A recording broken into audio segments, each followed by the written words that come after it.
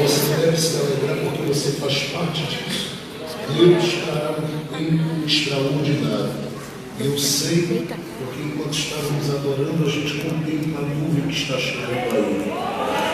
Eu queria que você, antes que a gente lesse a palavra, colocasse as mãos no ombro de alguém do seu lado e profetizasse sobre ele e dissesse para ele: prepare a terra, porque a chuva vem aí.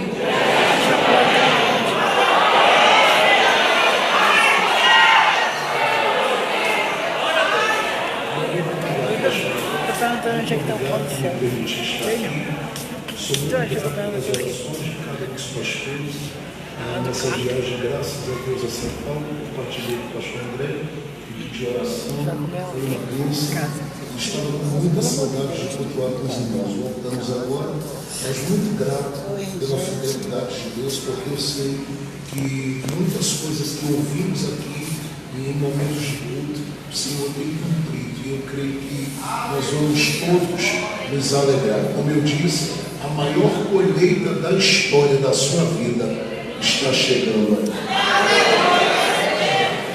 Tome sua Bíblia, por favor, e abra a palavra de Deus na carta de Paulo aos Romanos. Carta do apóstolo Paulo à igreja que está em Roma. E olha então o capítulo de número 5, por gentileza. Carta de Paulo aos Romanos, capítulo 5.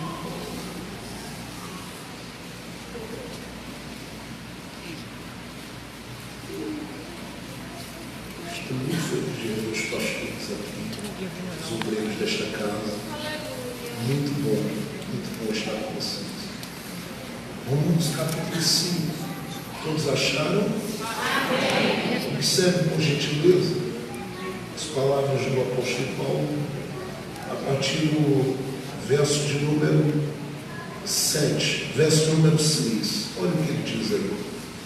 Porque Cristo, estando nós ainda fracos, morreu a seu tempo pelos ímpios, porque apenas alguém morrerá pelo justo, pois poderá ser que pelo bom alguém ouse morrer. Mas Deus prova o seu amor para conosco que Cristo morreu por nós, sendo nós ainda,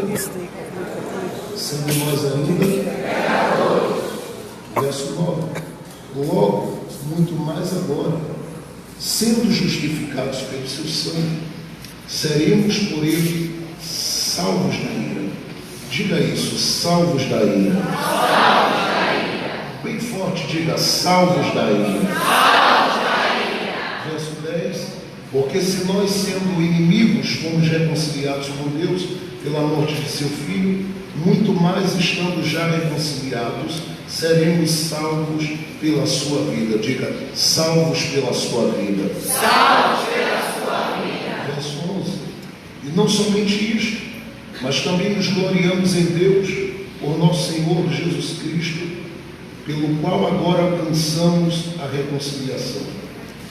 Pelo que, como por um homem entrou o pecado no mundo, e pelo pecado a morte, e pelo pecado a morte, assim também a morte passou a todos os homens, por isso que todos pecaram. Verso 13, porque até a lei estava o pecado no mundo, mas o pecado não é imputado não havendo lei. No entanto, a morte reinou desde Adão até Moisés, até sobre aqueles que não pecaram à semelhança da transgressão de Adão, o qual é a figura daquele que havia de vir. Diga amém por essa palavra. Amém. Mas pode ser um amém mais forte. Amém. As Escrituras fazem questão de deixar claro que toda a manifestação de Deus na história da humanidade, ela está alicerçada em um plano que foi estabelecido naquilo que a Bíblia chama de secreto conselho de Deus. O livro de Jó é um dos poucos livros onde a expressão secreto conselho de Deus é citada.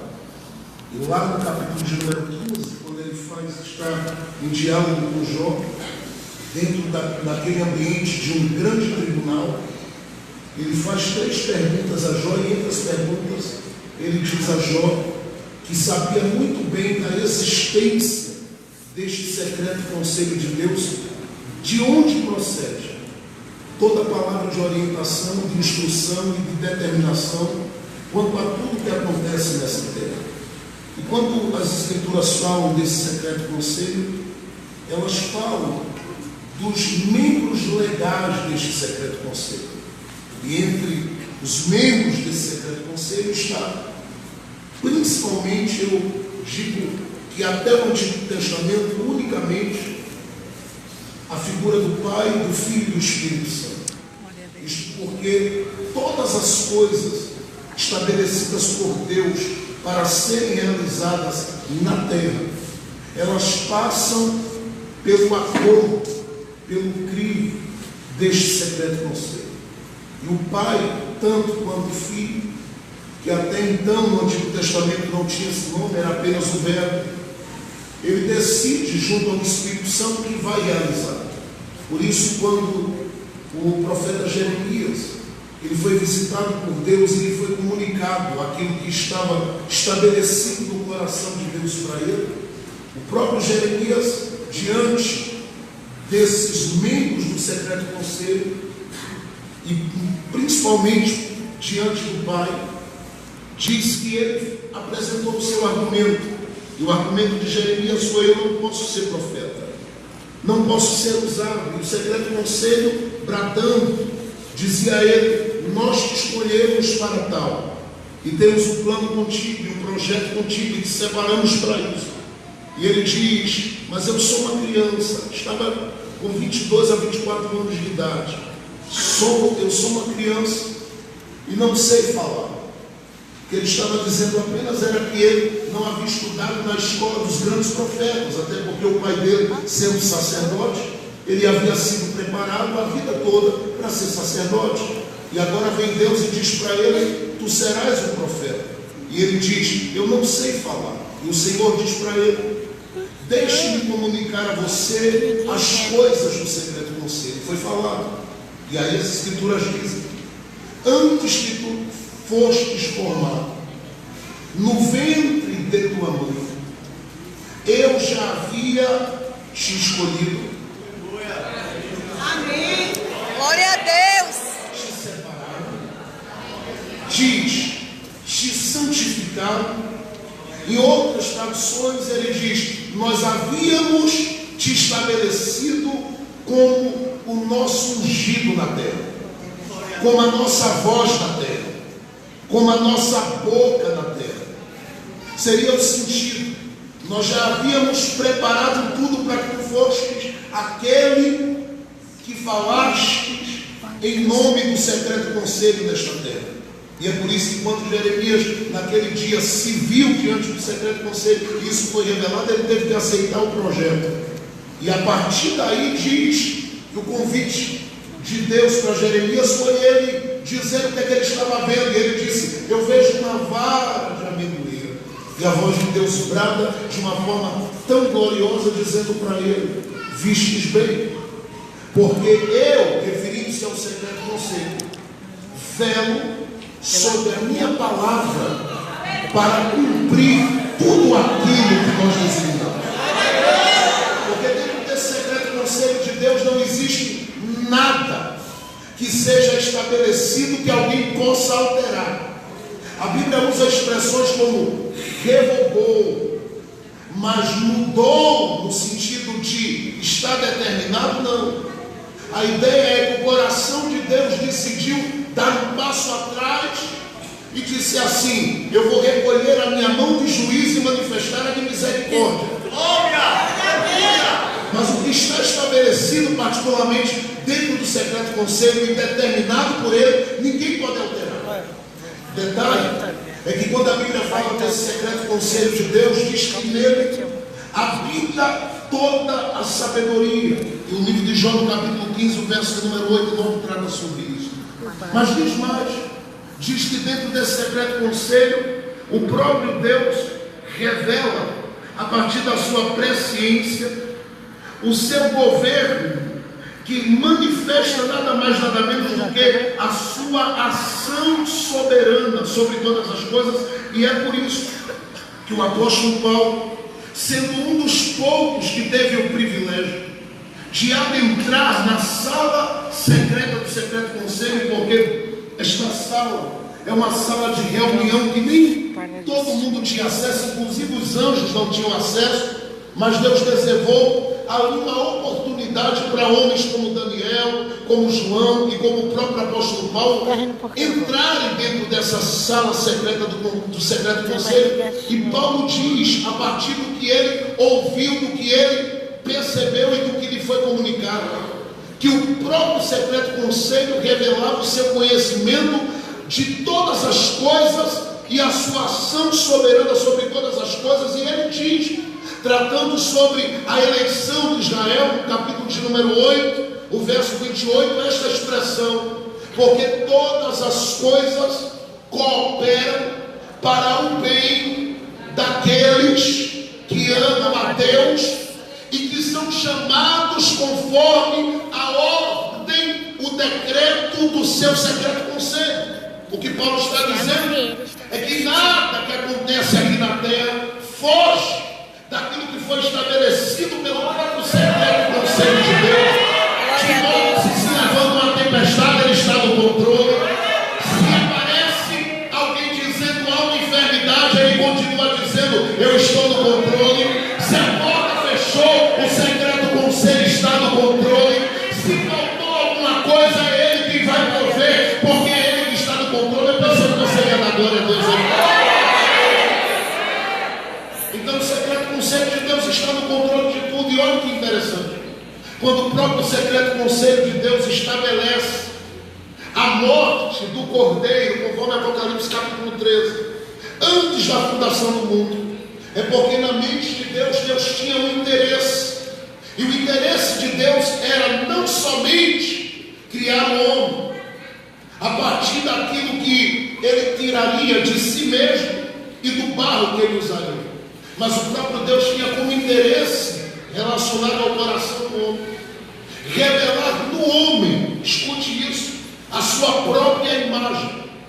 E o interesse de Deus era ter uma imagem que fosse reconhecida entre os homens. Detalhe, Deus até então decide marcar o tempo dessa imagem ser manifesta, porque algumas pessoas, ao lerem o livro do Gênesis capítulo 1, chegam a dizer que Adão era a imagem perfeita de Deus antes do pecado. E na verdade não era.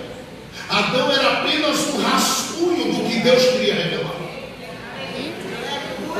Eu vou dizer mais uma vez: Adão era apenas um rascunho. Glória a A Deus. autoridade que ele tinha, o governo que ele exercia, a mulher bonita que ele tinha do lado dele, era apenas um rascunho daquilo que o próprio Deus haveria de revelar.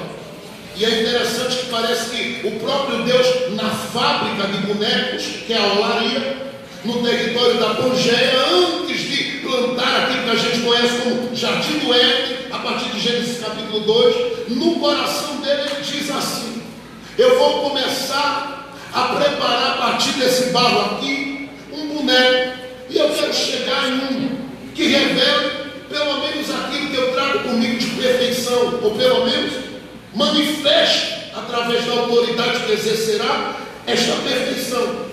O próprio Deus sabia de todas as coisas que iriam acontecer, mas ele na olaria, eu penso que ele vai fazendo um boneco aqui, outro ali, um aqui, outro ali, e ele vai olhando e de repente ele chega em um que ele vai chamar de Adão.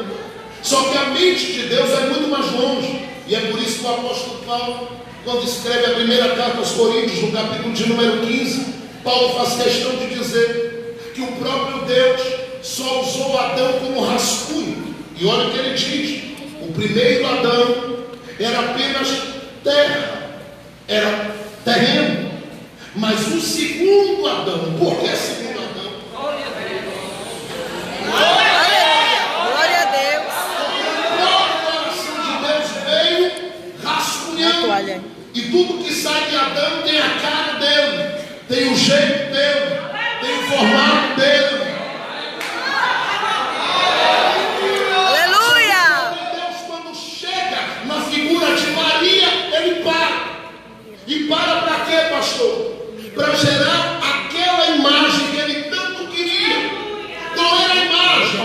13, a imagem de um cordeiro foi visto no secreto conselho. Pastor, como é que o senhor afirma estas coisas? Com base na carta aos Hebreus, no capítulo 10. E o escritor aos Hebreus diz: tendo ele entrado no mundo, disse: Pai, eis-me aqui agora para fazer toda a tua vontade. Glória a O Deus. próprio Espírito Santo está ali porque o Espírito Santo é responsável por diminuí-lo até caber no ventre de Maria, porque ele é grande demais. Ele vai diminuindo. E acontece aquilo que o apóstolo Paulo vai dizer em Filipenses capítulo 2, verso 6, que eu chamo de striptease da graça. Porque ele vai tirando o manto, ele vai tirando tudo que ele tem de poder, de honra, e vai diminuindo, e o Espírito Santo dizendo para ele: ó, eu vou ter que diminuir mais. Eu sei que é difícil porque a gente é grande, mas tem que caber no ventre da mulher lá embaixo. Agora, o que Deus está fazendo com tudo isso? Quando Deus está querendo revelar essa imagem, e Paulo faz questão de dizer que ele, Cristo, é a imagem exata do Deus invisível. O que ele está querendo com essa imagem? Eu penso que quando Paulo está citando essas palavras que lemos em Romanos capítulo 5, Paulo está entrando dentro da dimensão do secreto conselho com muita intensidade. E o plano está sendo revelado e descortinado aos seus ouvidos e aos seus olhos. E olha que interessante. Ele começa revelando tudo aquilo na carta aos Romanos, revelando tudo aquilo que o próprio Deus havia estabelecido pelo seu secreto conselho no Antigo Testamento. E ele vai marcar o capítulo de número 4, fazer uma liga, o capítulo de número 3 e o capítulo 4 de Romanos, e faz uma conexão com o capítulo 5, para abrir o leque da revelação e mostrar que quando Deus decidiu começar a se manifestar no Antigo Testamento, tudo que ele fez foi alicerçado em 3 palavras. Eu não tenho tempo suficiente para explicar cada uma delas e mostrar os textos acerca delas. Mas Paulo diz claramente, também citando aos Romanos, que essas 3 palavras estavam presentes no Antigo Testamento. Qual era a primeira, pastor? Diga comigo assim: promessa. Tudo que Deus fez no Antigo Testamento estava alicerçado nesta primeira palavra. Diga: promessa. Promessa. Segundo, aliança.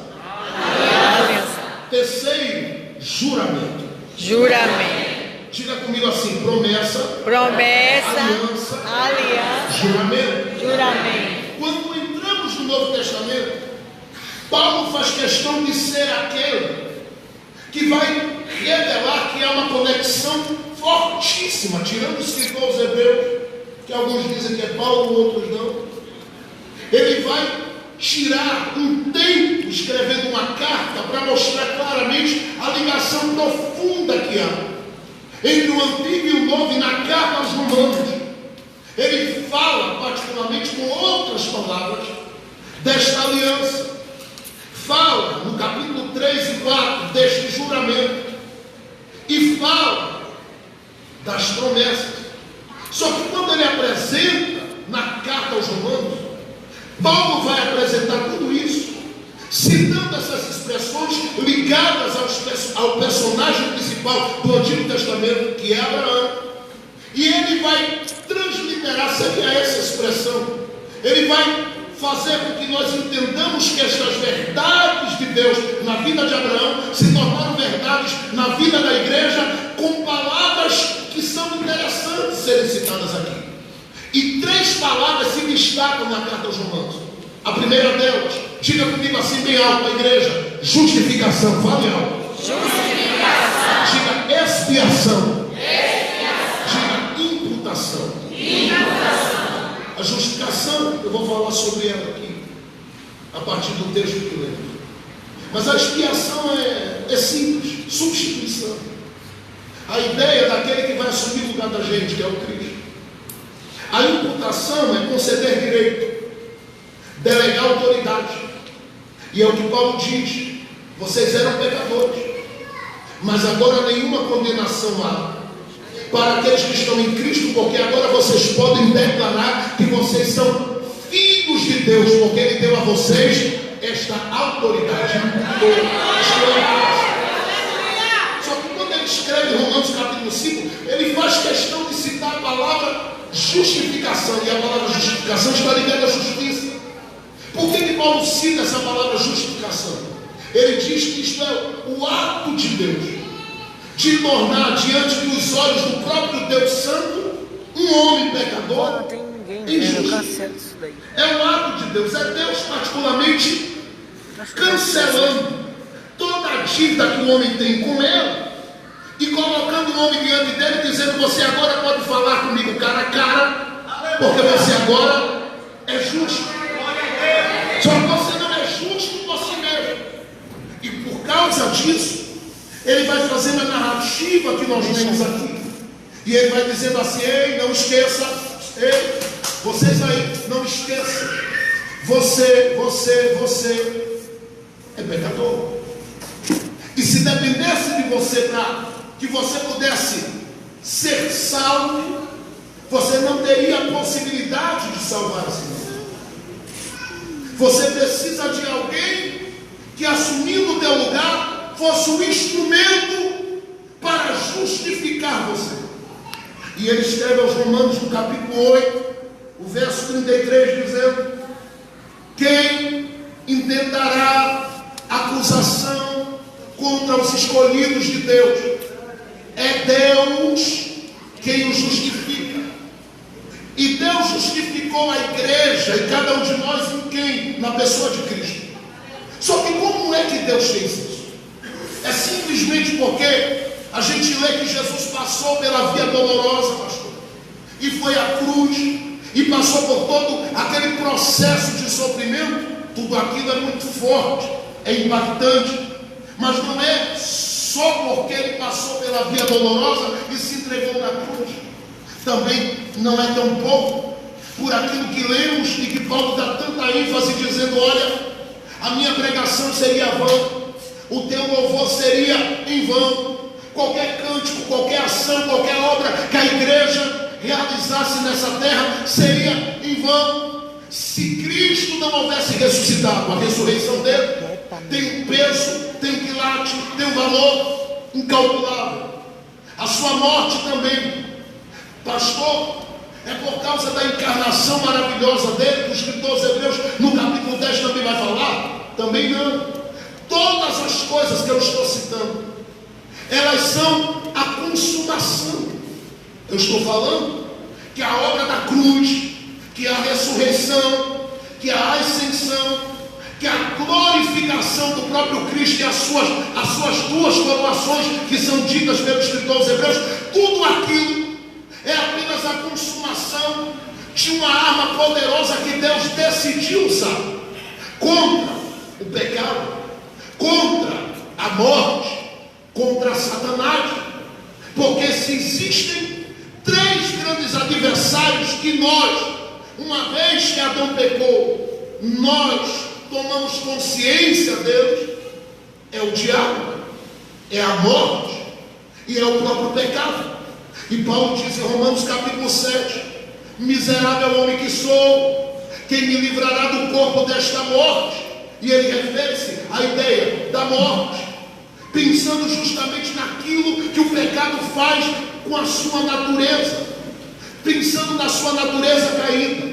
E tudo que ele está dizendo porque ele quer deixar claro para a gente que não havia possibilidade de cada um de nós tomarmos qualquer que fosse a posição ou qualquer que fosse a atitude e pudéssemos nos colocar em uma posição privilegiada para Deus, olhando para a gente, dizer: você é meu santo, minha santa. Não tinha como.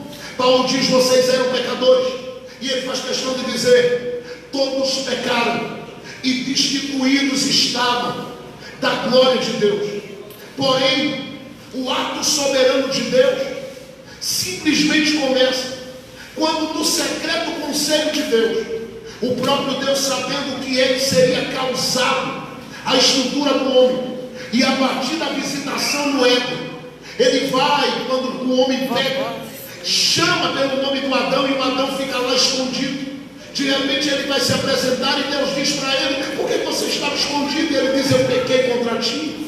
E naquele dia Deus vem, traz todas as sentenças. Eu preciso adiantar: todas as sentenças que nós conhecemos sobre a terra, sobre a serpente, sobre a mulher, sobre o homem. Só que o próprio Deus libera uma palavra, e a palavra que está em Gênesis 3,15, você vai citá-la comigo agora. Diga assim: da semente da mulher, fale algo. Da semente da mulher Virá um que ferirá a cabeça da serpente. serpente. Atente que a palavra não é esmagar, é ferir. Diga comigo assim: virá um que ferirá a cabeça da serpente. Olhe para alguém do seu lado e diga assim: por que semente da mulher? Se o próprio Deus que tirou o homem da terra poderia criar um outro Adão com o seu poder, santificando ele no território, apesar de que, inclusive, a Bíblia diz que se Deus quisesse, tiraria o pecado da humanidade em um só dia. E ele fez isso simplesmente para os que creram, quando ele foi à cruz. Só que eu quero que você atente: esta semente da mulher é expressa para quem e por quê, pastor? Você não para muitas vezes para observar isso. É uma batalha de Satanás com Deus, não de Deus com Satanás, porque a Bíblia diz em Isaías 40 que Deus está sentado em um trono que está acima do céu dos céus. Que está acima dos céus. Diz que ele está com seus pés sobre a terra, e de vez em quando, eu já disse isso aqui, mas eu vou repetir, eu penso que ele sente umas cócegas nos pés, e quem faz é a igreja quando canta, porque de quando em quando a gente percebe que tem terremoto na terra. Ele está com os pés sobre a terra. Diz que ele chama as estrelas, cada uma pelo seu nome, e diz mais: diz que ele tem exércitos que trabalham para ele. Um Deus grande como esse, você acha que iria perder tempo para brigar com uma criatura? Ele não precisa não. Ele disse assim: olha, sabe uma coisa? Eu vou deixar o André Barbosa aí embaixo, eu vou deixar o Jefferson aí embaixo, eu vou encher o meu espírito, e quando eles andarem nesta terra, onde tiver demônio na frente deles, pelo poder do meu nome, eles vão expulsar.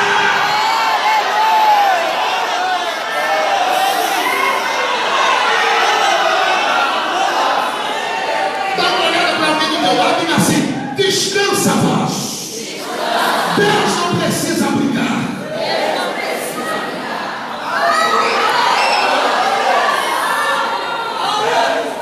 Ele tem suas formas de agir. Quando ele quer dar uma pau na terra, e alguém diz: o que é isso? Aí o crente grita: é Deus.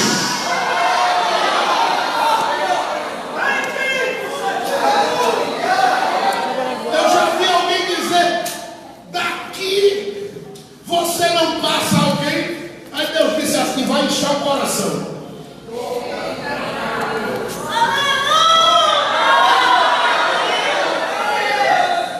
Eu já vi alguém dizendo assim: pode atropelar, viu, seu crente? E Deus tocar na perna, a perna inchou. Alguém disse: eu não estou conseguindo andar. Aí alguém disse assim: tu mexeu com um crente errado. Aleluia!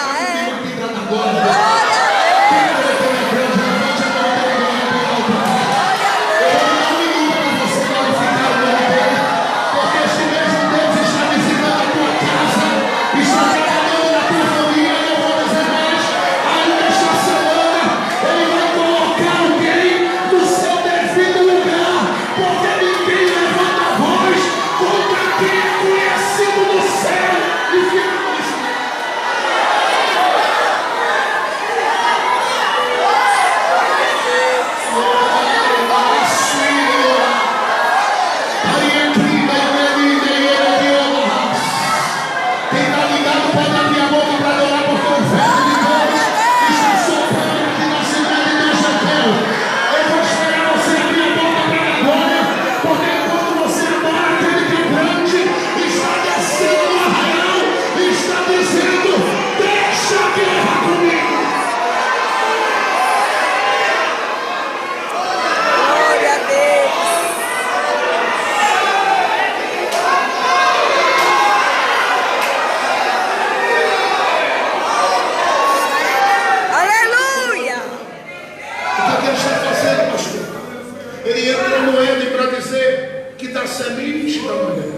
Fica quieta, tá? Ora, se Satanás particularmente desarmou o homem que Deus criou, sem precisar tirá-lo do ventre de uma mulher, a não ser do ventre da própria terra,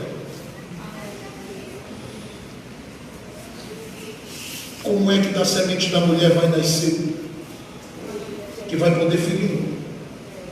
Pastor, por que o senhor está dizendo isso? Por causa de Romanos 5,12. Paulo diz assim: a ofensa,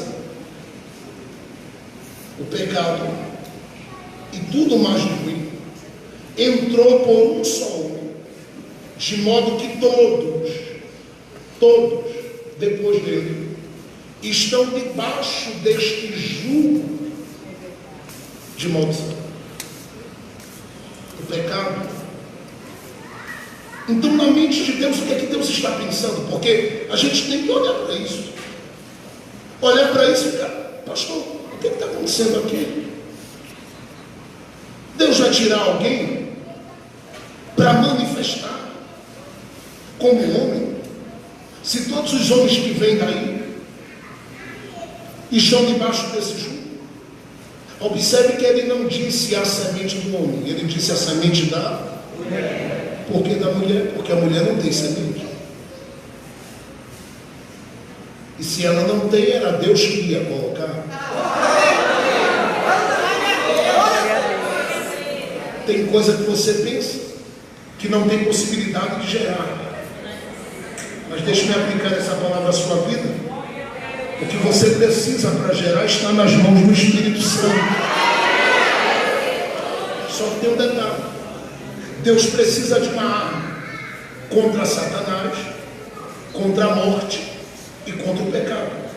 Qual é a arma que Deus vai usar? Eu sei, você é pentecostal como eu, você logo grita forte para deixar alguém acontecer e dizer assim: o sangue de Jesus. O sangue de Jesus. Aleluia. Pastor, qual é a arma que Deus vai usar? Você talvez gritaria: sangue de Jesus. A cruz. E eu diria: não é por aí. Você diria para mim: pastor, glória a então Deus. Deus vai usar contra o pecado, contra a morte e contra o diabo como arma o quê? Deus vai usar uma simples palavra. É por isso que quando ele que vem para resolver o problema que o primeiro Adão deixou, ele não vem grande como o primeiro Adão.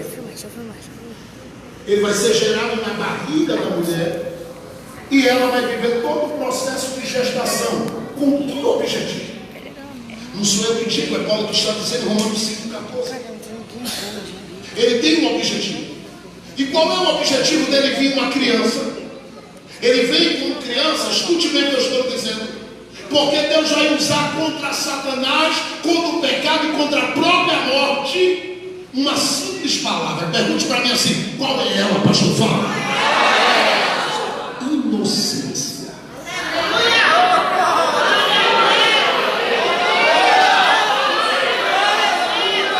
Pastor André, não havia outra arma mais poderosa.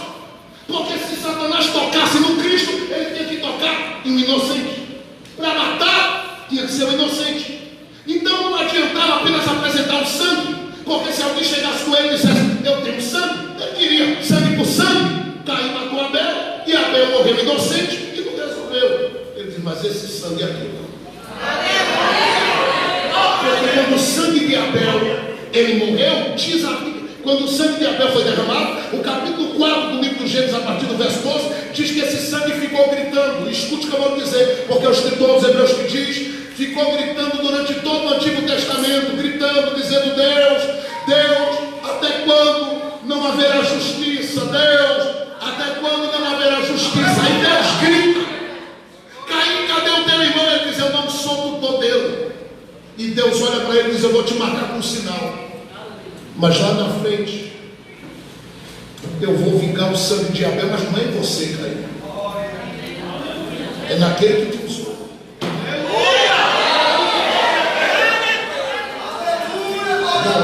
Se Deus está, a mente perversa do inimigo, se Deus está preocupado com o sangue de Abel, vou derramar mais.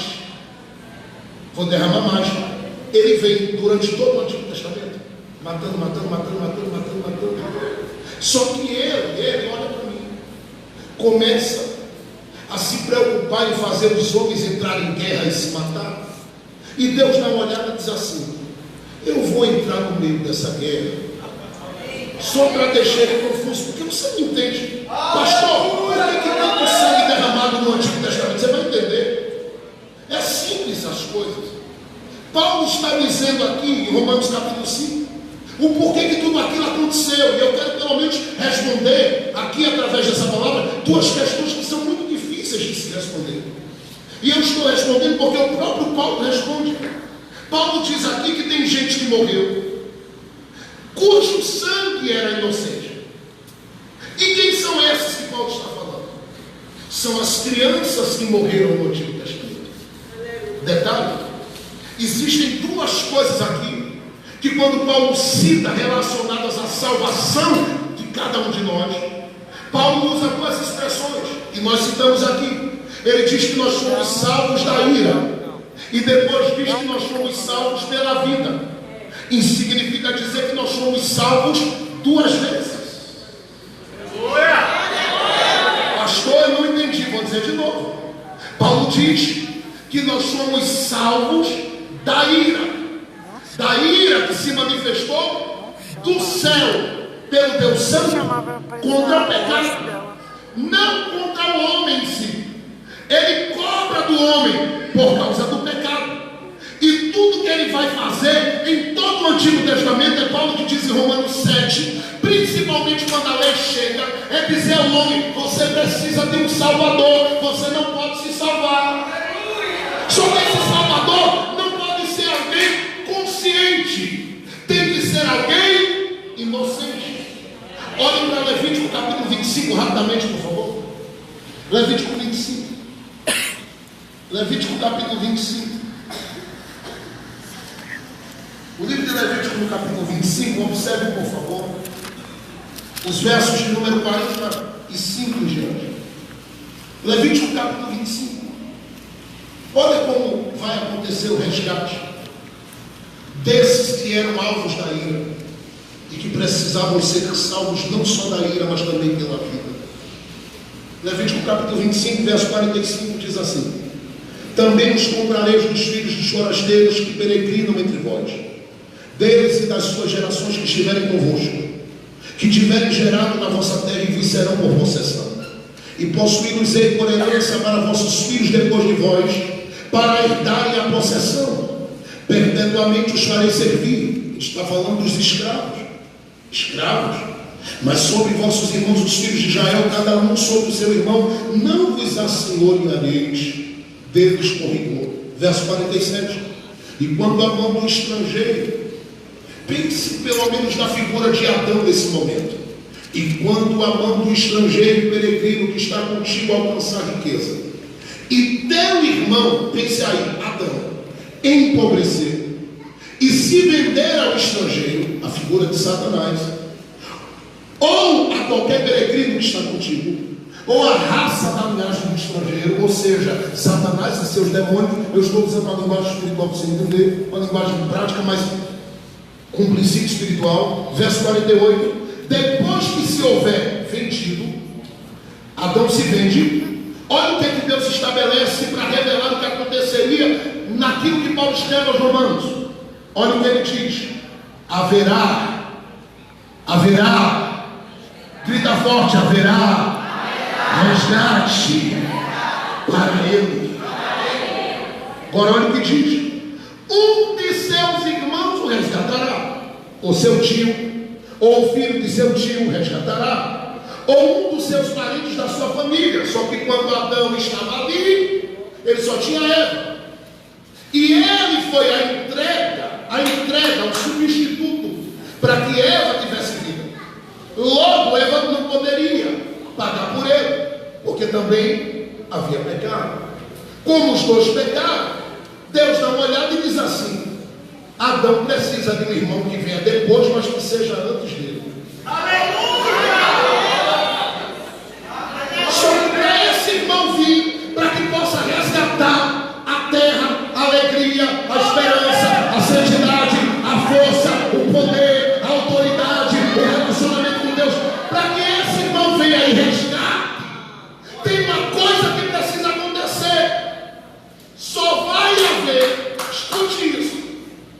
pagamento de resgate, se o sangue de um inocente for derramado, e isto é acordado em um tribunal.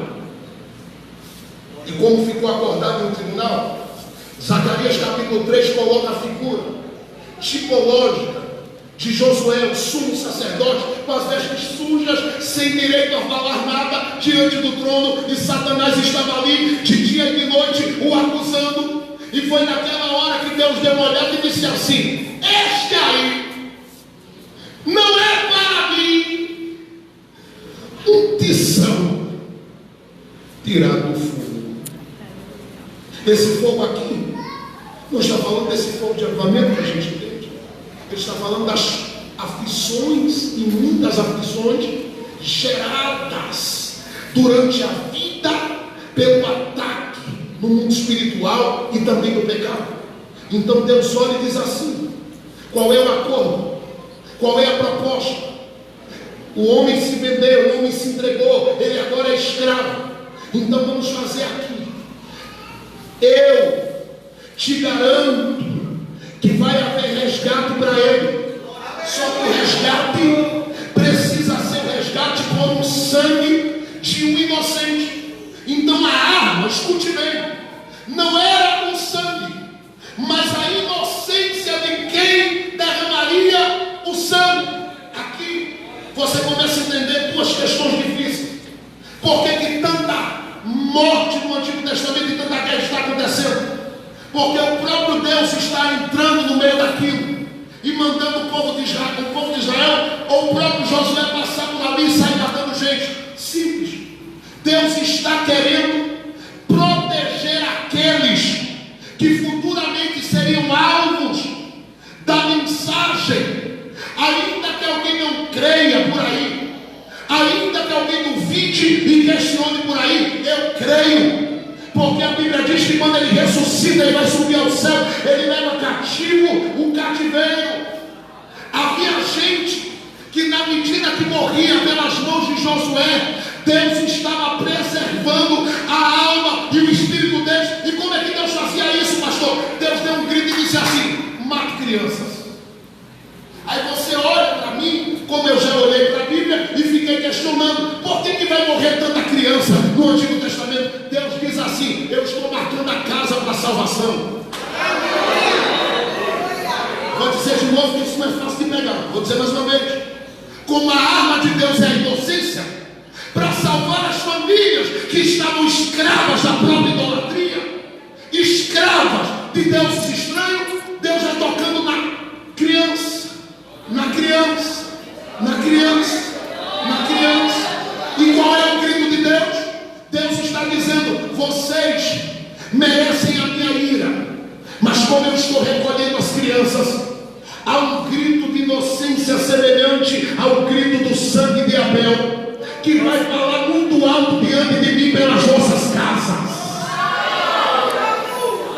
Pastor, eu creio nisso. Não, olhe para Romanos capítulo 5. Volte para Romanos capítulo 5, eu já me preparo aqui para concluir esse pensamento, mas é sério. Romanos capítulo 5 que a gente leu. Observe agora com essa luz que a Bíblia está jogando na sua mente o que o texto está dizendo, verso 14. Olha aí, Romanos capítulo 5. No entanto, a morte reinou desde Adão até quem, gente? Eu pergunto: Moisés morreu? Sim ou não? Hã? Fala alto. Vocês são ensinados demais. Diga: sim. Deus chegou para Josué e disse: Moisés, meu servo é morto. Se Paulo sabe mais do que eu e do que qualquer um de nós que Moisés morreu, por que Paulo está dizendo que a morte reinou até Moisés? Isso é uma pergunta séria, vou dizer de novo. Por que Paulo está dizendo que a morte reinou até Moisés? Duas interpretações gritam daqui. A primeira: a morte grita até além, reina até além. É uma boa interpretação. Só que quando Paulo cita aquelas duas expressões ligadas a salvos da ira e salvos pela vida, a mente de Paulo para e fala da morte. Quando ele fala da morte, ele chega em Moisés e diz assim: a morte, escute bem, reinou de Adão até quem? Grita forte, até quem? Por que ele cita Moisés? Porque Moisés experimentou o que eu e você experimentamos. Moisés foi salvo 2 vezes. E a primeira, ele foi salvo da ira. Da ira de quem, pastor? De Faraó. E qual era a idade dele? Quando a sua mãe o escondeu. E o que é que estava acontecendo ali, pastor? Tinha muitas crianças sendo assassinadas de 0 a 2 anos. A mãe guardou ele e disse: o homem está irado com as crianças hebreias e quer matar. Mas esse aqui não vai morrer não. Esse aqui, eu vou dizer de novo, esse aqui não vai morrer não. A morte passava na tenda de Moisés, mas a mãe escondia ele, enrolava ele no lençol, amarrava as mãos do menino, porque o menino queria fazer um barulhinho, não conseguia. A mãe segurava a boca dele. É por isso que lá na frente a gente vai perceber que quando Deus o chama, ele diz assim: eu sou pesado de língua. Sabe o que ele está dizendo? A minha mãe me segurou a minha voz e o meu grito durante muito tempo, e eu quase que fiquei sem condição de falar. Ainda bem que só foi 3 meses, porque quem me esconde só me esconde por 3 meses. Na hora que Deus quer abrir a porta da tenda para você sair, ninguém te segura mais. Só que olha o detalhe: ele vai ser salvo por quê? Pela obra dele. Diga comigo: não, pastor, fale algo. Ele vai ser salvo por sacrifícios que ele faz. Diga não. Ele vai ser salvo por pura graça. E por que eu digo isso? Ele não vai ser salvo por causa da mãe, porque a mãe disse, quando chegou 3 meses: eu não posso cuidar dele. Aí preparou uma arca e deixou na mão daquele que podia salvá-lo. E o que é que salva a vida de Moisés naquele dia? A própria inocência. Eu pensei que você ia dizer alguma coisa, vou lhe dar mais uma chance rápida. O que é que salva a vida do próprio Moisés? A inocência dele, que vai gritando: pastor, por que as outras crianças morreram? Para que as casas pudessem entender que era por meio da inocência que Deus resgataria o homem de toda a escravidão do pecado. Então Deus salva Moisés pela primeira vez da ira, por meio da inocência. Na sequência do processo, ele sai de lá no Egito com 40 anos e passa 40 no deserto. Deus vai arrancá-lo. E com 80 anos ele já está pensando em morte. Mas Deus chega junto dele e diz: vai morrer agora. Não. Aqui entra o salvo pela vida. Porque Deus olha para ele e diz assim: eu tenho uma missão para você, mas eu estou com 80 anos, já prefiro partir. Não, senhor. A missão que eu tenho com você vai salvar você pela própria vida que eu vou manifestar nessa sarça que você está vendo. Glória a Deus. Por que Paulo cita ira e salvação pela vida? A vida que Paulo fala ali é a de Cristo. A ira ali é a de Deus contra o pecado. Só que a mente de Paulo está indo mais longe, dizendo assim: a inocência vai gritar em todo o Antigo Testamento. Isaías, sabendo disso, no capítulo 7 que a gente conhece, ele dá um grito e diz assim: uma virgem conceberá. Capítulo 9, verso 6, ele diz: e este que vem aí, sabe quem é? Maravilhoso, conselheiro. Mas ele não é uma criança, é Deus forte, Pai da eternidade, Príncipe da paz. Agora olha para mim. Quando ele vem, eu gosto muito de citar essas coisas. João 14 diz que o verbo se faz carne. Olhe bem para cá. Jesus vai ser uma criança judia. Diga comigo assim bem forte, por favor. Diga assim: todo menino judeu, fale alto. Todo menino judeu É inocente. Até 6 anos de idade. Diga: depois de 6 anos, não é mais inocente. Porque a própria lei é colocada na cabeça dele. Por isso Jesus com 12 anos discutiu sobre Bíblia dentro de uma sinagoga. Só que detalhe, Jesus precisava ser, diga comigo forte, diga inocente, fale alto. Inocente. Mais uma vez, diga inocente. Se ele precisa ser inocente, como isso vai acontecer na vida dele, pastor? Se todos os passos que ele vai dar, vai revelar consciência daí para frente. Olha para mim, 7 anos de idade, 6 anos de idade, inocente. 7 anos ele toma conhecimento, claro que ele tinha, mas toma conhecimento da Torá. Ele frequenta uma das escolas da época, de Hillel de Shammai. Mas escute bem, quando ele vai participar de uma dessas escolas, a lei é colocada à disposição dele. A mente dele se enche de consciência. Qual é a consciência? Que todo homem é pecador. E que se o homem quiser, olha para mim, alcançar alguma coisa com Deus, tem que cumprir. Ninguém conseguia. Ele sabe muito bem o que vai acontecer. Quando ele está com 12 anos, Lucas 4 diz, dentro da sinagoga, que ele abre o livro de Isaías, ele diz, o Espírito do Senhor está sobre mim, porque me ungiu. Aqui está o detalhe. Todos os passos que Jesus vai dar daí para frente, dos 12 para frente, é consciente. Consciente. Consciente. Vou dizer de novo, hein? O livro, olha para mim, o livro que estava aberto, ele mesmo colocou o dedo e disse assim, hoje segundo. Se ele particularmente estava consciente da sua missão, ele também tinha consciência de tudo que era o pecado na sua humanidade. Porque ele assume essa humanidade para viver tudo que eu vivo. Ele chora, ele sente fome, ele quer dormir, ele quer andar, ele quer estar sozinho como eu e você. Segure bem isso porque eu termino agora. Como é que Jesus vai chegar até a cruz inocente, pastor? Se tudo que ele vai fazer ele revela consciência. Pastor, o senhor já leu que ele disse para Pedro que ele iria morrer? Consciência.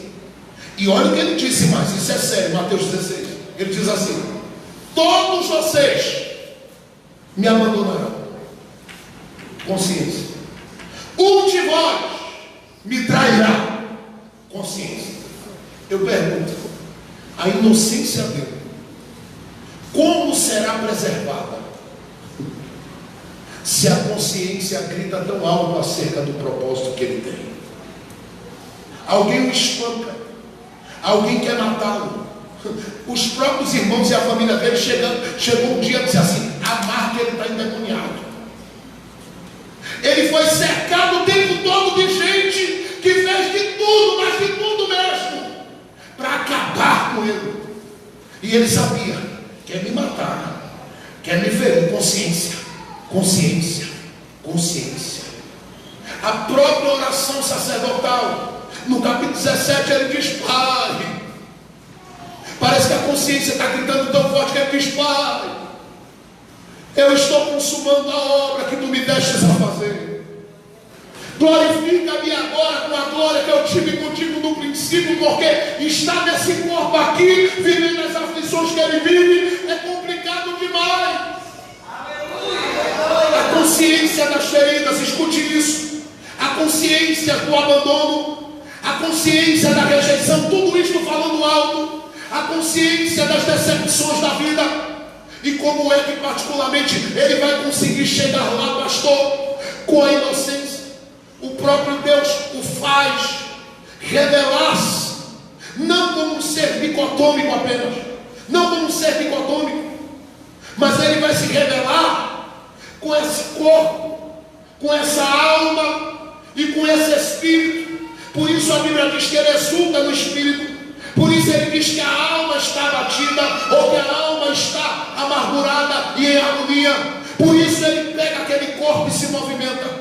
Ele tinha, olhe bem para mim, tudo que você tem, mesmo carregando 100% da divindade, ele assumiu a humanidade. E assumindo esta humanidade, sabe o que ele estava fazendo? Ele estava dizendo para mim: você, apesar do que há aí de consciência, é possível lá dentro você se manter como servo da inocência. E escute, porque eu vou falar de uma coisa séria nesse momento. Quando ele está indo à cruz, há muita coisa acontecendo com ele, e ele poderia soltar, olha bem para mim, palavras de maldição para todo mundo, mas não solta. Ele poderia dizer: eu quero que caia raios do céu e todo mundo se acabe. Ele não faz.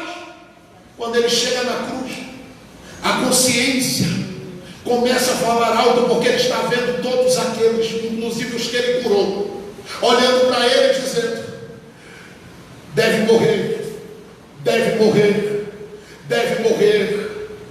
Isso aí, blasfemou contra o santuário, deve morrer. Quando ele está vivendo toda essa experiência doída, sofrida, ele poderia abrir a boca e dizer: Pai, Pai, Pai, Pai, Pai, porque ele disse a Pedro: Pedro, eu poderia pedir anjos do céu e o Pai mandar e resolver tudo, mas ele olha e diz: Pai.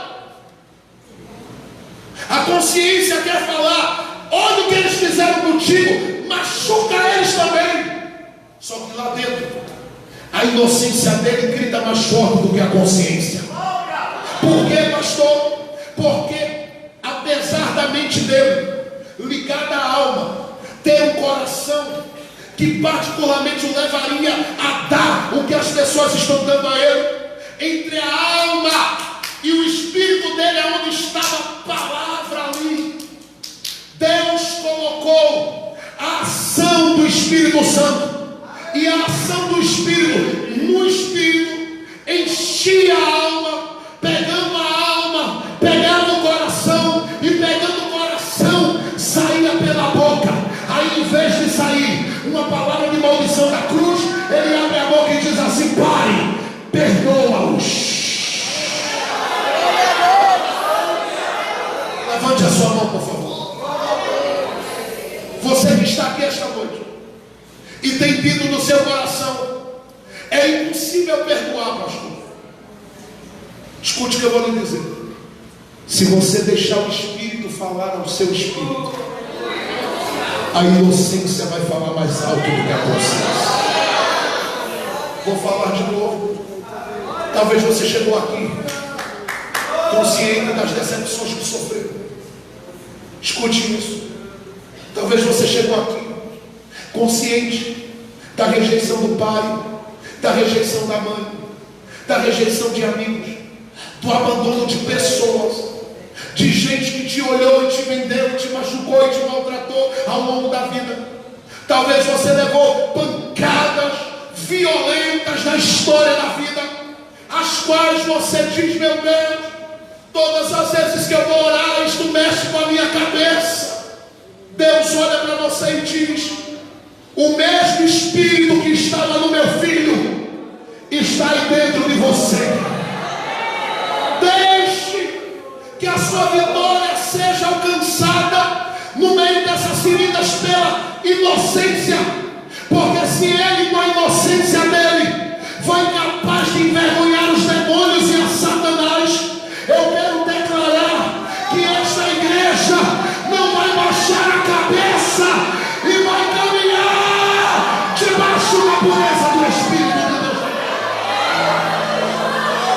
Se você pode fazer o que eu vou pedir, coloque a mão no ombro de alguém do seu lado, por favor. Coloque a mão no ombro dele e dele diga para ele: eu sei que a consciência quer gritar aí. Diga assim, diga: e a consciência trabalha no olho por olho, dente por dente. Diga: mas a inocência trabalha na dependência de quem está no trono. Segure o ombro dele, por favor. Feche os seus olhos e por um minuto renda-se agora ao Espírito Santo, apesar das feridas.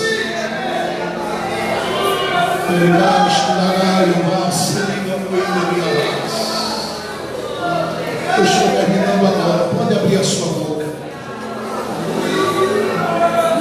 A inocência vai falar mais alto naquele casamento. Aleluia. A inocência vai falar mais alto naquela família. Eu creio, Jesus. Deus vai esfregar a inocência do Espírito Santo que está aí em você. Esta inocência gerada pelo Espírito Santo, porque você é um novo nascido, é uma nova criatura. Você foi salvo da ira e salvo pela vida dele. E ele está dizendo: a partir de agora eu anulo todas as feridas da sua alma, pelo poder da inocência gerada pelo Espírito Santo. Ele crava agora a salvação dele na sua vida, e todo o abuso, todas as dores, todas as feridas, todas as agonias começam a ser arrancadas agora daí de dentro. Eu sinto a mão de Deus tocando pessoas, e o Espírito Santo gritando, dizendo: deixa a inocência falar mais alto. Eu já gerei vida aí dentro. Eu te tirei da escravidão e do jugo da morte e coloquei vida aí dentro. Vida aí dentro. Você pode abrir a boca e adorar com ele. Faça isso. Eu vou lhe dar só um minuto para você fazer.